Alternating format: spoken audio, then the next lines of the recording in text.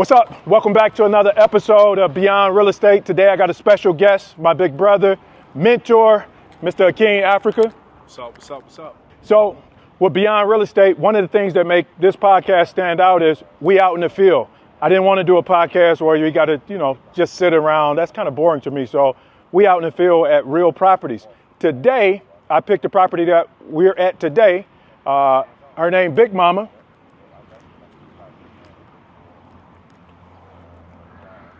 And the reason why I picked this property is I bought Big Mama from Akin. If that wasn't the case, we would have been at one of Akin's properties. But we had Big Mama because I bought Big Mama from Akin. And this was one of the reasons, Akin was one of the reasons that got me into bigger properties. I had been saying that I was going to do bigger properties for 10, 15 years, connected with Akin and seeing that most of what he did in the real estate space, it was big properties, commercial properties, etc. So it kind of put the fire up under my ass for me to follow suit. You ever heard that saying, you hang around 9 rich people, you're going to be the 10th one? So, question, how much did you pay for Big Mama? $25,000. Repeat that, because most people won't. $25,000. But it's a story behind that, though. Honestly. Right. Yeah, that wasn't the original deal. So I bought Big Mama for $96,000 cash, right? And the only reason I asked Akin what he paid for the property because I bought a bunch of properties from Akin, and the numbers that he paid, I really don't care. But I wanted you all to know. I think that'd make this kind of interesting. Why I picked up a 13-unit building for $96,000 cash. Akin paid $25,000 cash for it. I think that's interesting for people to hear. But here's the thing in real estate, and when you come across opportunities, the numbers that the person paid that you're buying the property from, those are not the numbers you should focus on. The only numbers you should focus on is your specific buying criteria. How did you find this property? This particular property was an auction property that Hannah Group, or actually they're the same company that I'm putting a couple of my properties through right now. Something well, but if you look up Hannah, you can find the company, but they specifically specialize in auctioning off commercial or investment properties or larger projects like this. They do gas stations, they do banks, they do office buildings. Actually, I have 2 properties on there right now, my motel, the 62-room motel, and the convent, which is both unique properties that I allowed them to auction. But they had 7 properties, 6 or 7 properties that they were auctioning off, and this was one of them. Okay. So, yeah. How long you been in the real estate game? I bought my first property 32 years ago. What attracted you? What attracted you to real estate? Well, I had been around, I had seen real estate around me growing up because my father had quite a few properties, and he actually owned a black motel in the hood. But he bought properties that family members lived in and collected rent. So I seen it, but he died when I was so young. He never had an opportunity to educate me. But one of the things that I vividly remember is actually him taking me to the actual foreclosure auction when I was a kid. So he was going to the auction back then, and we talking about this had to be early 80s, like 81, 82, 80. I don't remember exactly when, but he took me to the auction. But the thing that took me over the edge was I was in the streets, like most of us, doing some dumbass shit. You know what I mean? And I had dudes. It was a dude that I consider my OG. He was a couple of years older than me. When I would call him to go re-up, the first place we met, it was a house. And I'm like, damn, whose house is this? He like, man, it's my house. I'm like, what do you mean? At that time, I think I was 17 or 18, and he was like 2 years older than me. I'm like, damn, you buying a house? He like, this is what you need to be doing with your money. I'm like, all right, give me that thing and let me get back to the block. Right. So I grabbed my package lead. Maybe a week later, 2 weeks later, I hit him again at another time, and I pull up to another house. I'm like, well, whose house is this? He like, man, this is one of my houses. I told you this is what you need to be doing with your money. I'm like, all right, that's cool. But, when we're young, if we're 17, a 21-year-old is like an OG to us. Right? We on them dudes that they on a different level. When you 17, you looking at your peers, and those are the ones that's really having more of an impact on us, right? These dudes already got flyer cars. They living in Beechwood or Shaker Heights or Cleveland Heights and already, you know what I mean? And we still in the hood, but we elevating, right? So fast forward, maybe 90 days later, I'm with a dude that's my age, and I just picked up a Cherokee Limited. So I'm calling like, yo, I'm about to come pick you up. Let's hit some corners. I go pick him up, and as soon as he get in, he like, what we about to do? I'm like, let's just hit some corners. He like, all right, well, run me over to East Cleveland. I need to make a stop. So I'm like, bro, I hope you ain't about to make no move. He like, no, this is legitimate. We pull up off Shaw. As soon as you make that left off Euclid, make that off Shaw, make that first right. When I pull up, it's a bunch of apartments back there. I'm like, what are we doing here? He like, I need to collect rent. I'm like, what you mean you collecting rent, bro? He like, I need to collect rent. Me and Chuck bought these apartments. I'm like, oh man, hurry up. He like, what's up? I'm like, man, hurry up. And my mindset was, oh, if he do, I got to do it. I got to make a move ASAP. So as soon as he got back in the car, I dropped him off. We done riding. I immediately called one of my other OGs that I knew like 2 years, 3 years older than me. Like I knew he was in real estate too. I said, bro, I want to buy real estate. He took me up right then and there. He took me up to Classic Real Estate on Lee Road, walked me in, introduced me to everybody, and said, this my little dude. He want to buy real estate. 2 weeks later, I bought my first house. So I was 19 then. You started with residential or commercial? Residential. I bought my first house for $6,500, a single family, actually right up the street on the corner. 3 houses from the corner of Union, 104th and Union. I paid $6,500 for it. And back then, before Home Depot and Lowe's, we had DIY. That was the first big box hardware store. DIY. Was DIY first or Handy Andy? Handy Andy was smaller. Oh, okay. DIY was the first big box store. Okay. Just like Home Depot and Lowe's, they was on that level in terms of square footage. Right. And back then, remember Bob Vila?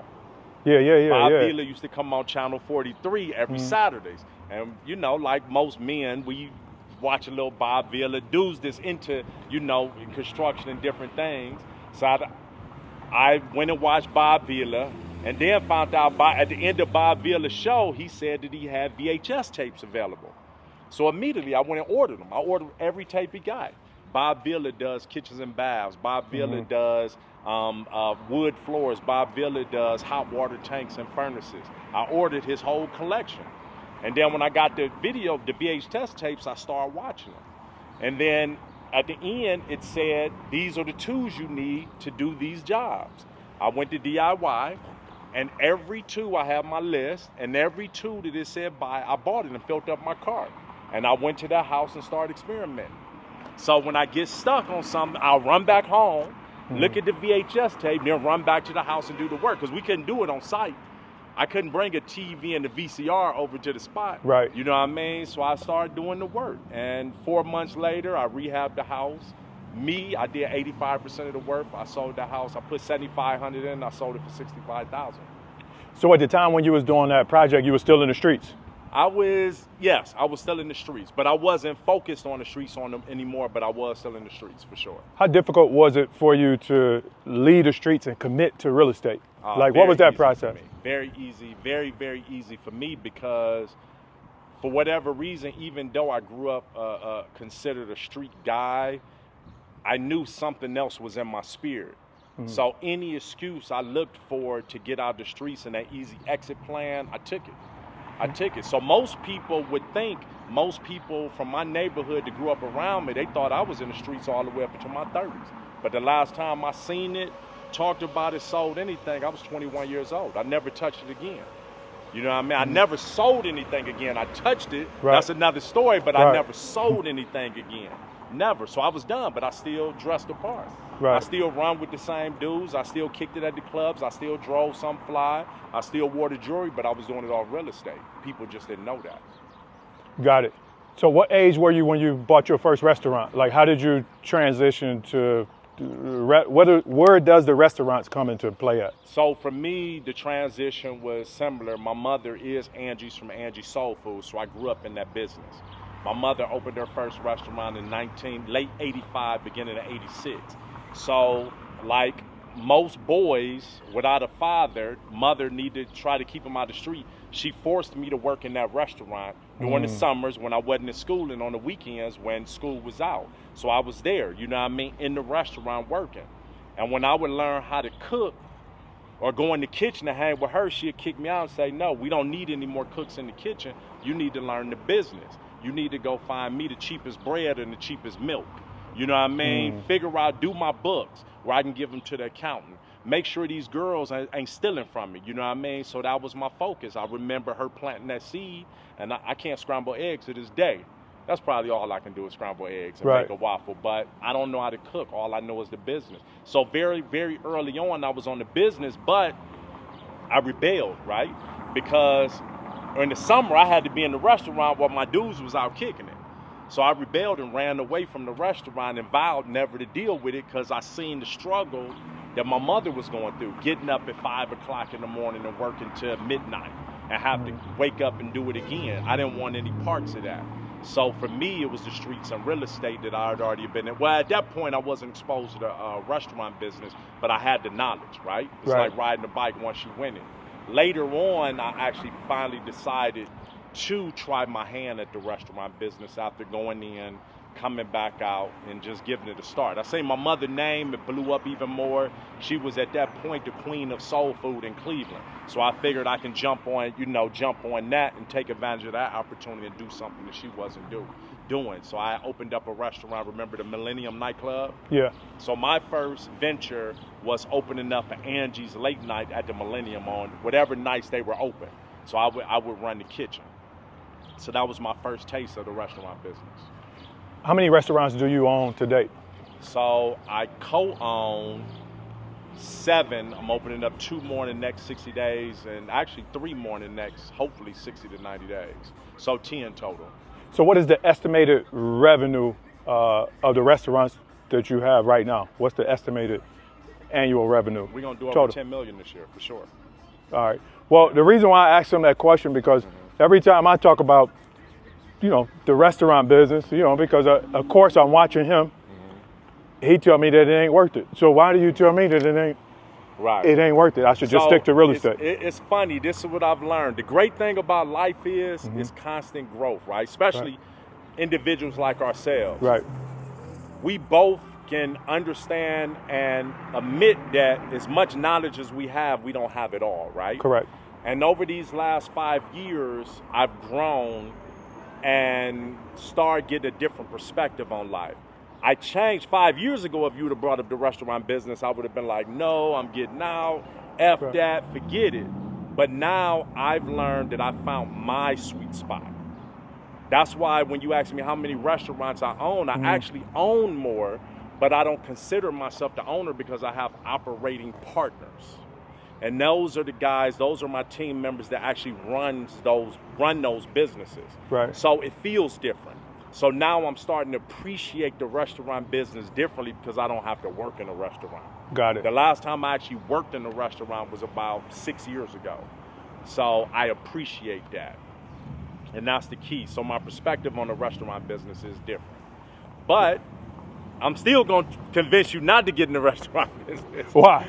Again, because it'll be the hardest thing you ever want to do. It's going to be the most headache you ever want to deal with. It's absolutely ridiculous. But it's just like the streets. If one of our dudes come to us and say, man, I want to get in them streets. I want to get some of that money that you get. The first thing you're going to say is, no, man, don't do that. Right. But if you see him again and he in the streets, he already gonna be hard-headed and do it anyway. Now you're gonna feel responsible to at least give him some game. Right. Give him the best pass. So that's my philosophy. I'm gonna try to talk you out of it, but if you hard-headed, you're gonna do it anyway, then I'm gonna give you some game on the best way to be successful at it. And you can be successful in the restaurant business. Don't get it twisted. You absolutely can, but most people will not. Right. That is a statistical fact. Most people will not be successful in the restaurant business. So my job is to try to make sure more people are successful than unsuccessful. Got it. How many residential properties have you flipped? I'm well over north of 350 for sure. 350? Yeah, easily. The last time I actually physically counted was like 350, and that was 3 years ago. What's your favorite, residential or commercial real estate? There's no such thing for me. Everybody asks me that. For me, I'm not normal, man. I just like to challenge myself. And when everything was going great, when I was making all the money in the world with residential flips, I just wanted to be challenged.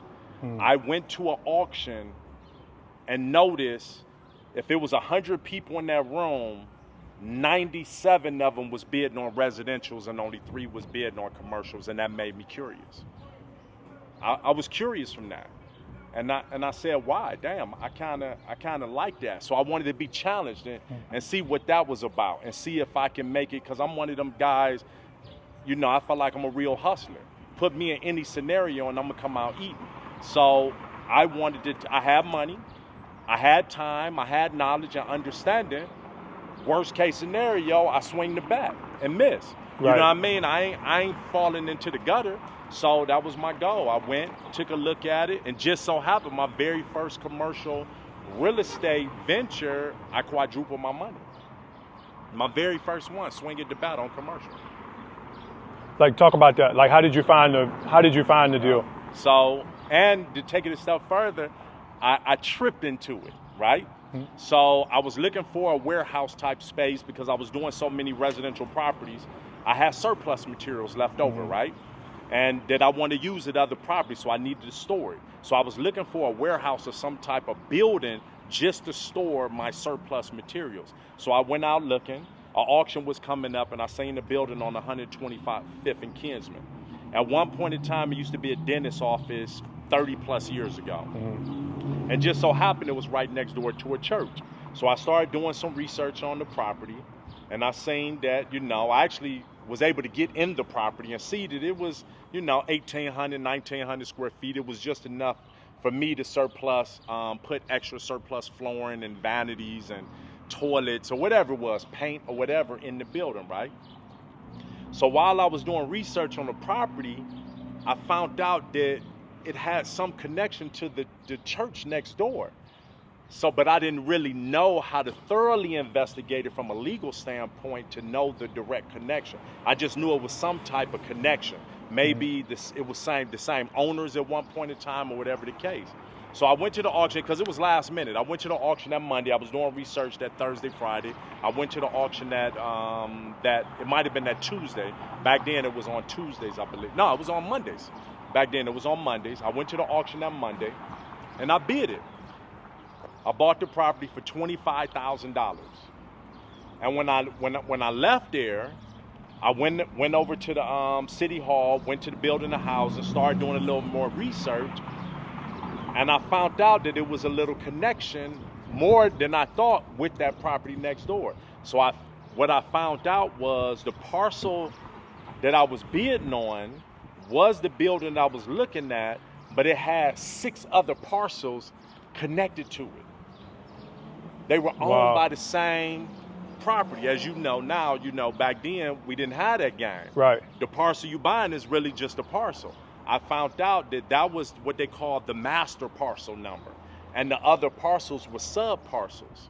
So the church was one of the sub parcels, and the parking lot, and another property behind that. So I ended up buying it all. I ended up getting it all for $75,000. And once I did the research, I remember pulling up on the, that was the first time that I learned that church is a business. It's a business. Don't get it twisted. You know what I mean? I found out really quickly, and they about their business. You know what I mean? If they taking care of business.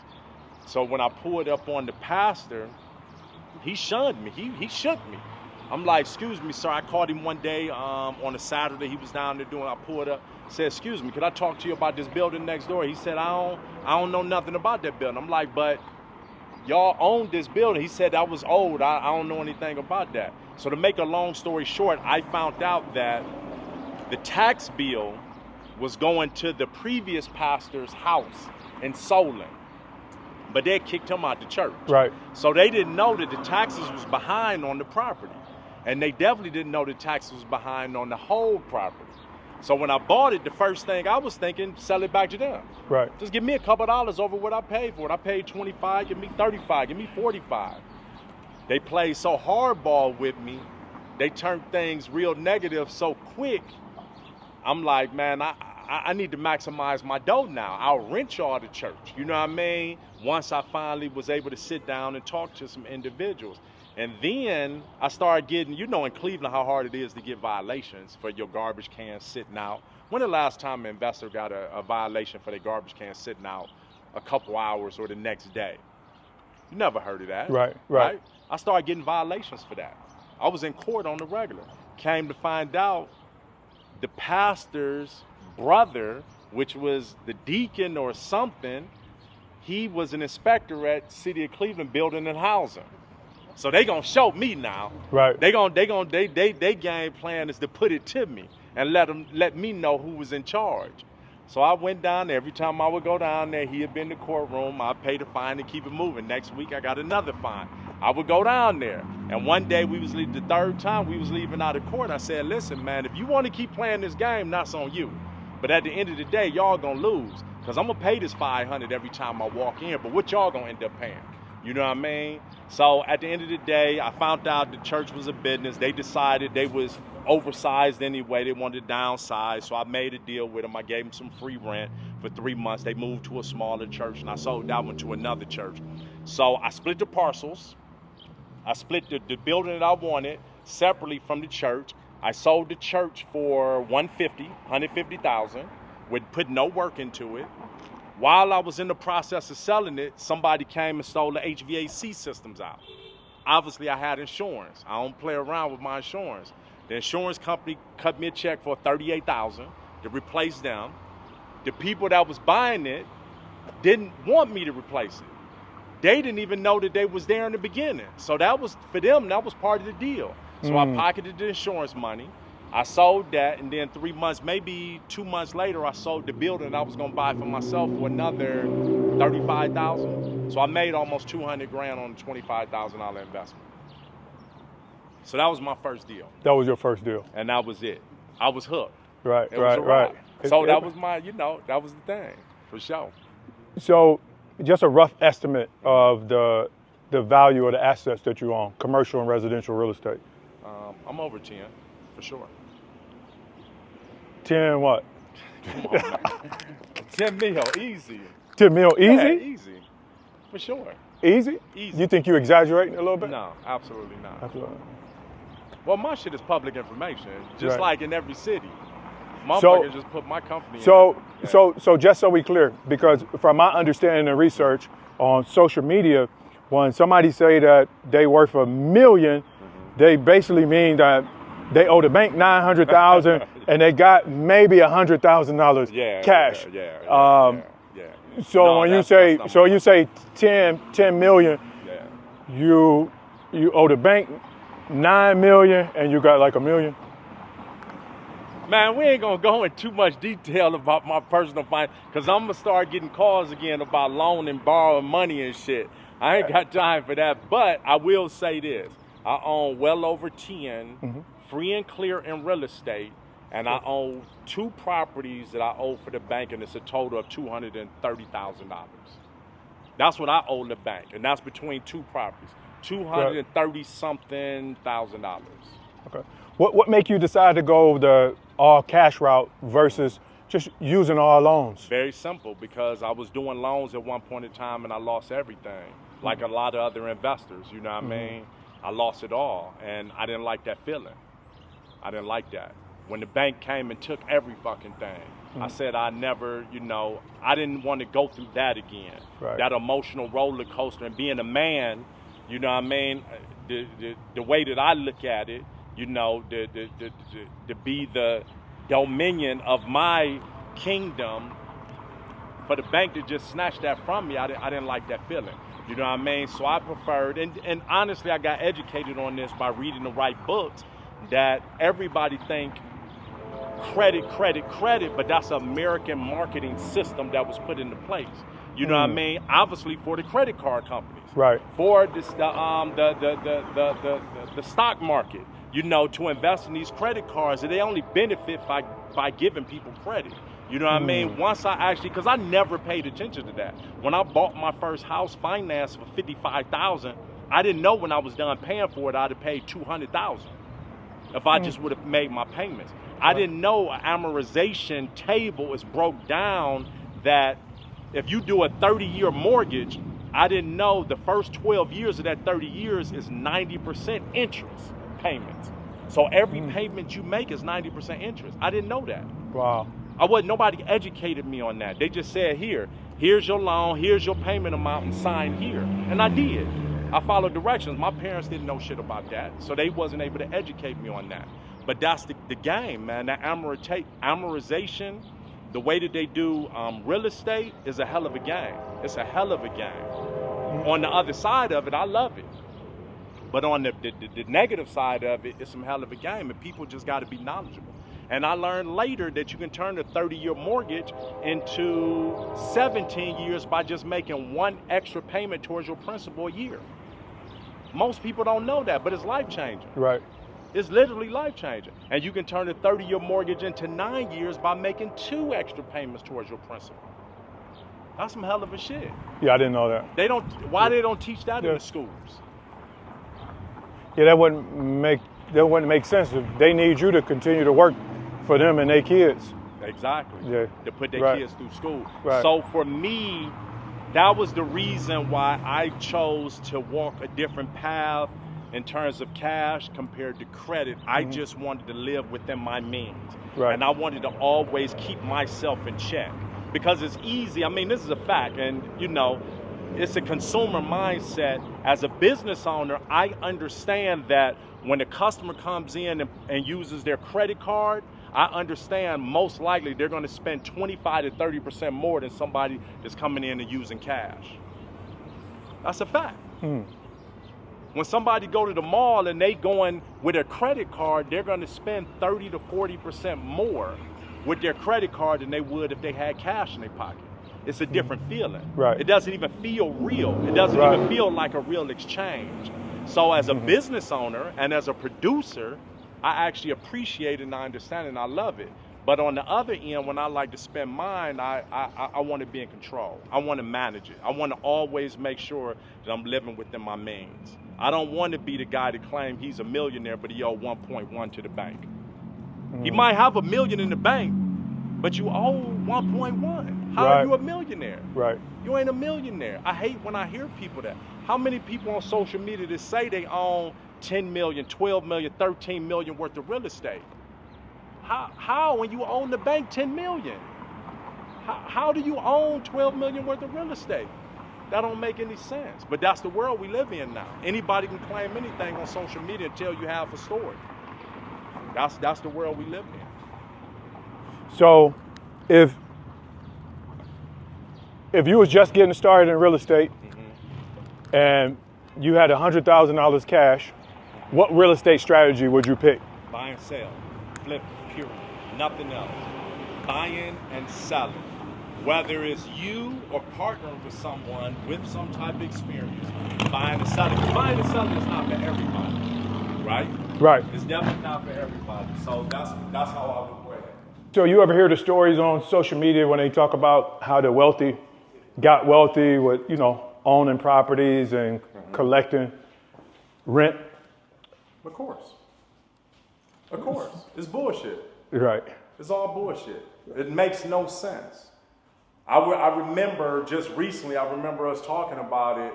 I made a comment on somebody's post and somebody made another comment. I might have posted something and somebody made a comment on mine, and it was the first time I'd experienced going back and forth with somebody in the comments on social media. And I got caught up in it with a dude that claimed that he had, I forgot what he said, $3 million in real estate, and he was a multi-millionaire, and he had been in real estate a couple of years. Well, obviously, you don't have to be a rocket scientist to understand that math didn't add up. How you gonna go from 0 to 3 million in a couple of years unless you're buying and selling? Correct. He said he wasn't buying and selling. He was only doing buying and holding. Well, the numbers don't add up. There's no way that you can generate enough income to move the needle in that short period of time to make you a millionaire when you're starting at zero. And later in the conversation of us going back and forth, he actually admitted that he had an actual corporate job, that he was getting paid $100,000 plus a year. That's the game changer.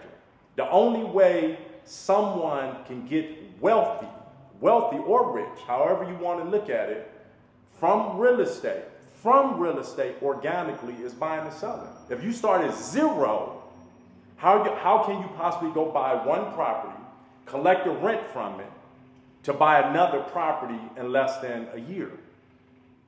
So if you can't do that, I'm talking about cash. I'm not talking about enough money for another down payment, right? Because we're talking about building real wealthy individuals. Right. We're talking about turning people into rich for real, not paper rich.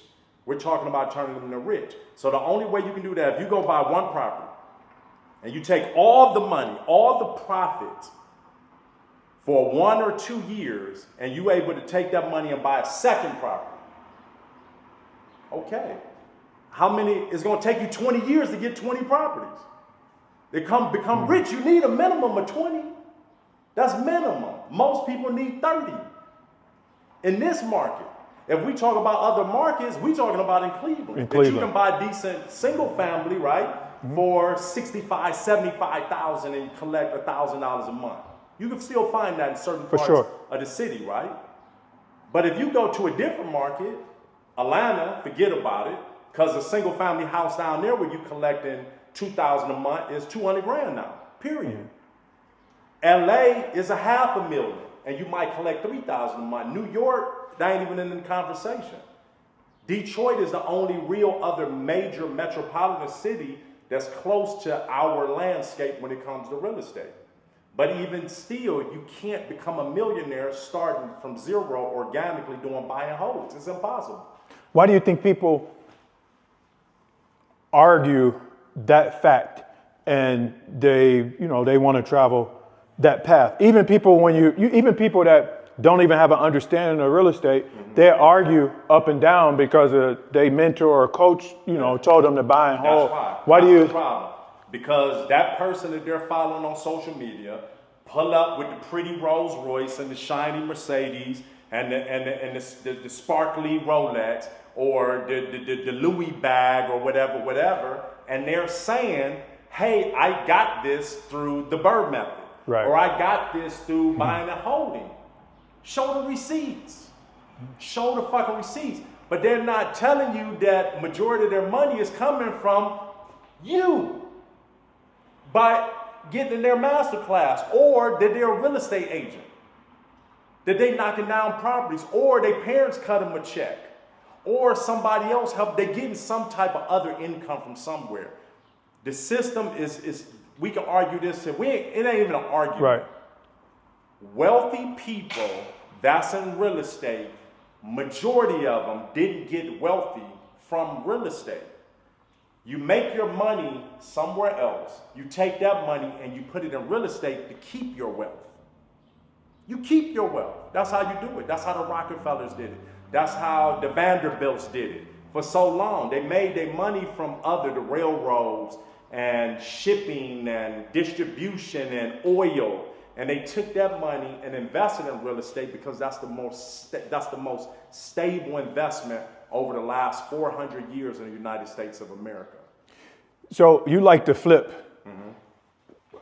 Do you worry about taxes? Like, cause flipping so much, capital gain taxes, you don't worry about taxes. I don't give a shit about that. I pay my taxes and keep it moving. People don't understand when they saying the exchange, was the 1071? 1031 exchange. People don't understand. You still, all you're doing is moving the tax date. Deferring on it. when you're paying. That's all it is. I've never did a 1031 exchange. For one, I move too quick. That's the number one reason why I don't do it. I move too quick. And for two, I pay my taxes and keep it moving. I'd rather pay now than pay later. I'd rather pay it now and knowing in 6 or 7 years that I got a $200,000 tax bill. Fuck that. I want to live within my means at all times. I remember buying a property, two-family house in Bedford with a finished third floor at the foreclosure sale, right? I remember buying this property, and the dude, the attorney that owned it, got in contact with my company. He called my property manager. Yeah, I want to talk to the owner. You know, I love to talk to him about buying the property back. So he was saying a lot of craziness. I just said, look, send me his number. I'll call him directly. I called him up. I said, what's up, my man? How can I help you? He said, I'm interested in buying my property back. I think I paid $55,000 for the property. I said, give me 80 grand. You can have it back. Oh, what? Man, you going to try to do me like that? What? This is business. Just like you bought that property and you had tenants, it was business. Now this is my business. I buy and sell properties. We know the property is worth 110 as is. I'm giving you a break and saying, give me 80. Right. And if I put money into it, I'm going to sell it for 200. He said, well, he started telling me about, well, I got to move some cash around this and that. I'm like, that's your problem, bro. You know what I mean? This is the number for the property. And he started telling me his credentials. Well, I'm an attorney. I've been in real estate this many years and this and that. And I had to check him on it. Like, evidently, you're not successful in real estate. Oh, well, why you say that? Because you just lost your property at the foreclosure office. And he tried to tell me that, man, you know how I go. I was just using this money over here. I could have paid a little fuck ass taxes. I didn't even know it was due. You know, I just had some money over here and this. Bro, whoever, in my mind, I was thinking, whoever taught you that bullshit you talking about, that shit is the most ridiculous shit I ever heard of. Instead of paying your taxes on the property, you taking that money and investing it somewhere else. You living beyond your means, and he lived in Solon. You living beyond your means, bro. You doing some shit that you really can't handle, and that's the problem. People, the social media, people is getting so much bad information. They don't even know how to manage it. Because it's so much fucked up information. How many pages we know that people claim that they multi-millionaires with this, but we know majority of their money is coming from master classes. Right. And books and different things. And I'm not knocking it. So don't get it twisted. No disrespect to anybody. But what I'm saying is be 100% transparent with the people. If you really want to be a mentor, if you're really here to try to change somebody's life and help somebody, just be real. Right. Just let them know you only make $100,000 a year on the real estate and you make $900,000 off selling the game to somebody else. Ain't nothing wrong with that. Everybody should run a business. Everybody should hustle. Everybody should take advantage of it and figure out a way to get money, but don't do it on some con shit. And that's basically what you're doing. Or you just not giving up on the game. Right. You own $10 million in real estate, but you owe the bank $9 million. That don't make any sense. You know what I mean? Mm-hmm. Show that part too. Get the good and the bad. What's your biggest loss in real estate? I lost $1,000. Never heard that before. Yeah, I lost $1,000. Only $1,000? $1,000 on the property. I'll never forget the property, Richmond Heights, Richmond Road. I lost $1,000. What's your biggest residential flip? I sold it for $1.2 million. How much did you pay for it? What did I pay for that house? $230, $240. I put about $350 to $360 in it. I had to check the numbers, and I sold it for $1.2. When you first started, what was your goal in real estate, numbers-wise? Like when you first started, what was the goal? When you looked at the real estate game, what is it that you said you wanted from the real estate game? My goal was to make $10,000 a month in passive income, net $10,000 a month, and I wanted $1.1 million in cash, and I wanted to own the house that I was living in and a secondary house, and I wanted to own every car I was driving. That was my original goal. How long did it take you to accomplish that? About a little over 5 years. 5 years? Yes. So after you accomplished that goal, you set another one? Hey, man, I didn't set another one. Honestly, I haven't set another one. Right. Now, I'm just enjoying life and I'm playing. Right. And I'm on it. I say I'm enjoying life. I don't enjoy it all the time. I need to figure out a way to enjoy it more. I just told you the other day I need to find different friends. I was just about to say, every time I talk to you, you go on to Home Depot. I know. You're the only person that I know with the net worth that you have for real in real life to go to Home Depot picking up material, dropping material off, like sometime twice a day. Yeah. Like explain that, because most people in that position, they just pay somebody else to go do it. Like you got money to just. I wish I had a quick explanation for that. I really do. You don't know how many times that I left Home Depot or Lowe's and you've crossed my mind. Like, why can't I do it more like Beyond is doing it? Why am I here dealing with this? Why am I here dealing with this? Because it's on, but don't get it twisted. Out of the group of friends that I have, if there's 10 of us in the group, you know what I mean, and other very successful investors and business people, everybody don't get their hands dirty. It's a couple. Right. And it's really the minority of the group that really get their hands dirty. And I'm definitely the minority. And I might be the most successful, and I might be the craziest at home. I said I was going to do a post on this because I was on Frontier Airlines a couple of weeks ago. And I'm with my family and I'm rolling. We about to get on. We boarding the plane. And I heard somebody in the back say, "Oh shit, rich people ride Frontier." And I laughed because I knew he was talking about me, but I didn't know. So I waited. How you know he's talking about you? Come on. He said, "Rich people ride Frontier." So I turned around and said, after the second time he kept saying it, I got to call our homeboy. When he mentioned the name, I knew exactly who he was talking about. I got to tell him I seen somebody rich on Frontier. I turned around and said, absolutely. I wish I can explain why I still get my hands dirty, why I work so hard as I do, why I, pick up materials, why I like to be hands-on, why I fly Spirit and Frontier. It's something, I don't know, whether it's good or bad, and it's very debatable. Because I debate it with myself every time I do it. I debate it. I don't know. I guess it's part, for me, it's the excitement to feel like how I'm separating myself from everybody else, how I'm doing something different, how I actually grew up working with my hands. And I actually enjoy it though. I actually like it. You know what I mean? So it's therapy to a certain degree. I literally was just looking at my yard. I got 15 acres. I need to cut grass. I'm going to cut that grass. And I'm looking forward to it.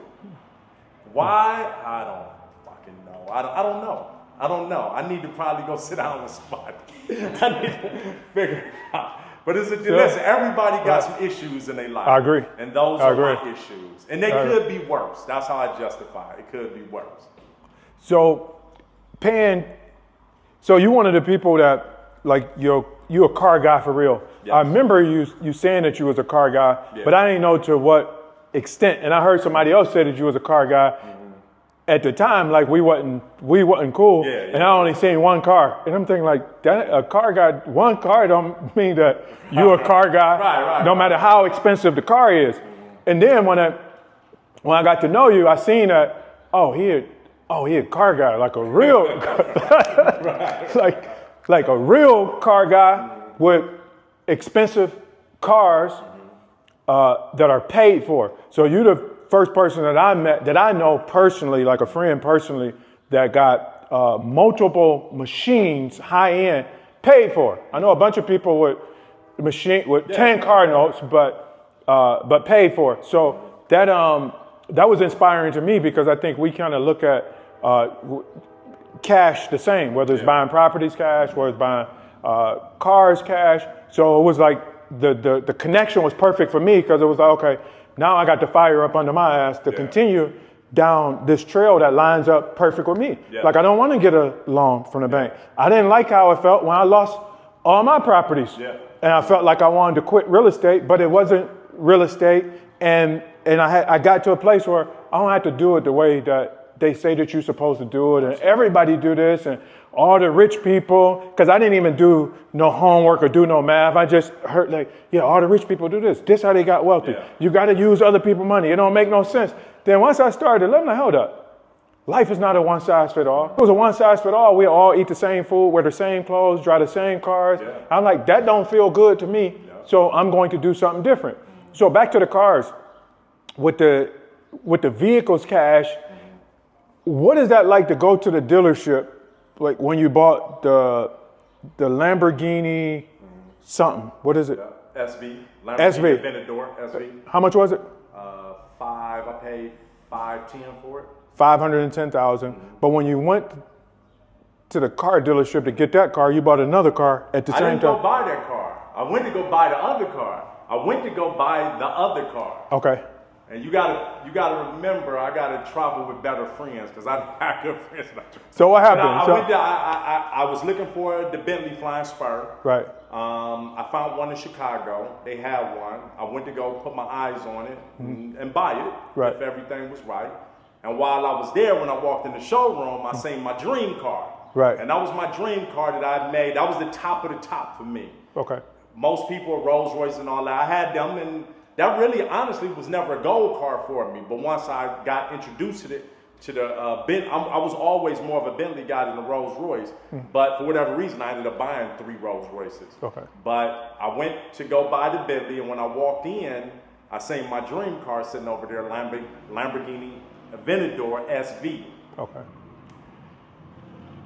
I had to have it. I wish I had a friend with me that day to talk me out of it. But I mean, I didn't lose. It was all good. But I ended up buying both cars, man. I negotiated the deal and buying both. Yeah. So the SV was 520, That 510? was 510. And the Bentley was how much? 265. Yeah, what did that feel like to pay that much money cash for some cars? I'm gonna be honest. Right. It didn't feel one way or another. It was just regular transactions at that point in my life. Right. Because I was already buying, I'd already bought. I was the first person in Cleveland with the Rolls Royce Cullinan. The first person, black or white. I was the first person, so I already knew what that felt like cash. I'd already had other Bentleys that I paid cash for. I'd already had, over $1 million worth of cars at that point. So I was just exchanging one for others. So with your investing IQ, it's high. Would you say you could leverage the money, the cash that you got sitting in the cars? Wouldn't you be able to leverage that money more if you put it into real estate or investments? Yeah, so I would absolutely agree that yes, you can. But for me, I'm disciplined enough to live this life on how I want to live it, living within my means. So that's very important for me to understand, because what happens is it's very easy, because I've had A1 credit for 10 years. Well, probably 8, 9 years. Just over the last 5 years, I've had an 800 plus credit score. So, and I don't use it. I use the cards, and I never, as soon as the statement come out, I pay it in full. I only use my cards where I can get the points. I got over $4 million on American Express points. That's just with my American Express. But with my other credit cards, over $5 million total that I don't even touch. So I like the thought of getting them free points by using money that I know I got. So when that statement, when I go put 50,000 on my credit card, it feels good to know I got 50,000 in the bank, and I'm gonna go home and transfer it to American Express. And I'm gonna get them 5,000 points. I like that feeling, right? So I understand that there's plenty of people that can debate that. There's some things they can't debate what I do, but one of the things that they can debate, because I debate it sometime, whether I should have that type of money tied up in the vehicle. But the reasons, a couple of reasons why I justify it to myself. One, I know I'm living within my means. I can truly afford it. Two, I don't like cutting a check for what those payments would be, right? $10,000 a month, $12,000. I don't like the thought of that. Three, whether I bought them cars cash or whether I financed them, it wouldn't move the needle in my life personally. It wouldn't, right? So that's how I look at it. Instead of having $260,000 tied up in the Bentley that I've had for 3 years sitting in the garage. If I took that money and put it in another property, can I make some money off of it? But I already got it. I already got investments. Right. I'm already doing things that's moving me forward. To be honest, that one more 250 ain't gonna change my life. It's not. So I like the thought of being able to move whenever I want to be able to sell it to one of my dudes, drive it, put as many miles on it as I want to. It blows my mind I know so many people that got high-end cars, but they got to manage their miles. You can't afford it. Right. How many people got high-end cars, but they touring them out or renting them out? They bought that car for that reason. That's the only way they can justify that purchase, because they're going to rent it out or put it on tour road. Or they got to manage their miles. I don't give a shit about that. I drove my range to Pittsburgh and Columbus over the last couple of days. And I'm about to drive to New York. I don't care about that, because it's mine. I own it. I do whatever I want to with it. I got the titles of everything. I like that feeling more than the feeling just to have a lot of cars with card notes. I like that feeling more. So you have to, like you said, everything is not for everybody. Right. You just have to figure out what things you like more in life. And I like that. I like that. What would you say the key ingredients are to being successful in real estate? Number one, discipline. That's anything in life. Mm-hmm. People have to get and be and stay disciplined. It's very, very, very difficult not to be disciplined. For me, it was a blessing from some of the things that I went through in life. One of them, prison. Prison taught me discipline. A lot of people will go to prison and don't get that part of it. But for me, I got it. And I got it quickly. Wearing the same 2 pair of pants all week. The same 2 shirts. The same 5 pair of underwear you gotta wash. Everything in your world at that time being able to fit in that box. And whatever don't fit is going in the garbage. Sleeping under that raggedy blanket and them sheets. Eating at that commissary, that cafeteria. You gotta have some discipline. And I learned that because I didn't growing up. I was forced to be, and to me, I said, man, if I can be disciplined enough to follow these people's rules and live like this, if I can go back out to this free world, oh my God, if I can just keep that focus, keep that discipline, and keep that thirst. And that's what I did. I didn't do it the first 2 times, don't get it twisted. But that last time, I forced myself to adapt, to learn, man, just before every move I make, every move, I think about better moves. That's what I got from the game of chess. Before you move any piece on that board, any piece, you're supposed to look at better options. Look at 2 to 3 better options. And if you come back to that original move, then you make it. But most of the time you won't. You'll find a better move if you look. Just take some time, sit back, and give yourself an opportunity to look at better moves. And most of the time you will find a better move. But that takes discipline. Because most people like pulling from the hip. They'll just jump out there and deal with whatever that comes with it later. But I don't move like that. I make conscious moves. I do my due diligence. I crunch the numbers. And once you get to a certain level, and we know this, the more money you make, the easier it is to make money. Right? Right. Money attracts money.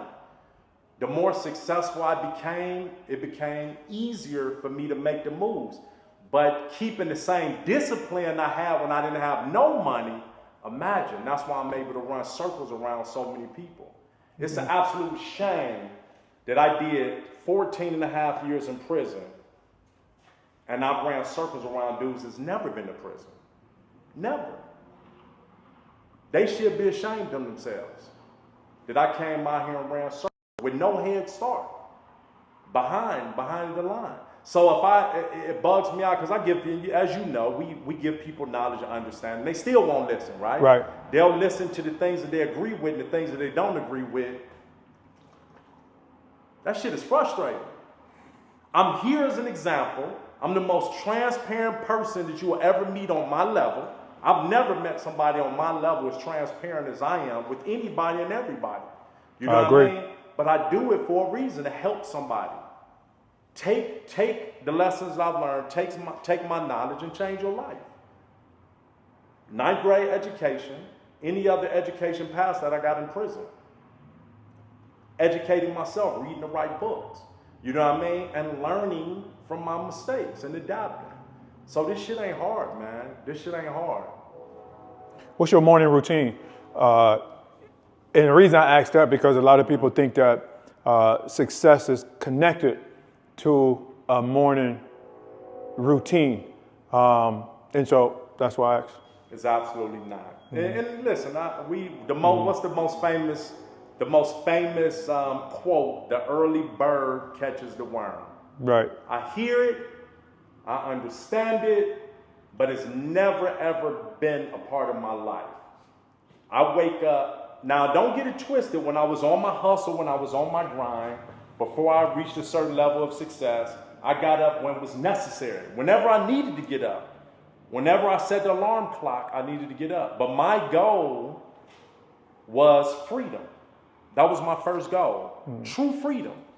Even before the money, my number one goal, after being incarcerated so many times, having another grown man that's never been through what I've been through, don't look at life the same, from some small ass hick town, tell me that the light's out and I need to get in the bed. Or get off that yard and get back in. Put that extra piece of bread down. I didn't like that. Every time, bro. For me, it cut. It was like somebody sticking me with a knife. So for me, the number one goal is to get true freedom, real freedom, being able to do whatever I want to do whenever I wanted to do it. That was the key. So the number one goal is to be able to live my life without an alarm clock. And now I'm happy to say, out of 365 days a year, 363 of them, I don't. Whenever I wake up, that's when I wake up. Whenever I go to sleep, whenever my body says tired, I go to sleep. Whenever it say wake up, I wake up. So that's, for me, that's more valuable than the money, the cars. Now, but don't get it twisted. The money it allowed me that freedom to do that, right? Because I don't have to worry about hustling and bustling to pay the bills. So whenever my morning routine is, whenever I wake up, unless the Amish is calling me. Unless the Amish is calling me, I wake up. And even with them, I'm blessed because I have a relationship with them now that if they need something early in the morning, they'll stop and get it on the way in. And then I just need to make sure they keep stuff throughout the day when they're working for me. So that's the blessing. That's my morning routine. Majority of the days, whenever I wake up. And I move however accordingly, whatever I need to do that's on my schedule. But I don't have I don't wake up, I work out, I meditate, or I go to the office, or I crunch numbers. I don't have that type of morning ritual. If you were starting from scratch, what real estate strategy would you use if you were starting from scratch? Say you had maybe $10,000. Same thing. If all I had was 10, I would partner with someone that's flipping, period. That's it. Flipping. I know a lot of people out there, they'll say they'll take that 10 and put it as a down payment. I hear you now. I'm not going to debate that. I'm going to let you figure that out. For me, I would partner with someone, buy a property, renovate it, and sell it. That's the only way you can multiply it. The only way you can multiply this shit is buying and selling. Hey, that's it. It's a wrap. I'm about to go home and do some homework. Any last words? Nothing for me. Focus on discipline. Get that discipline.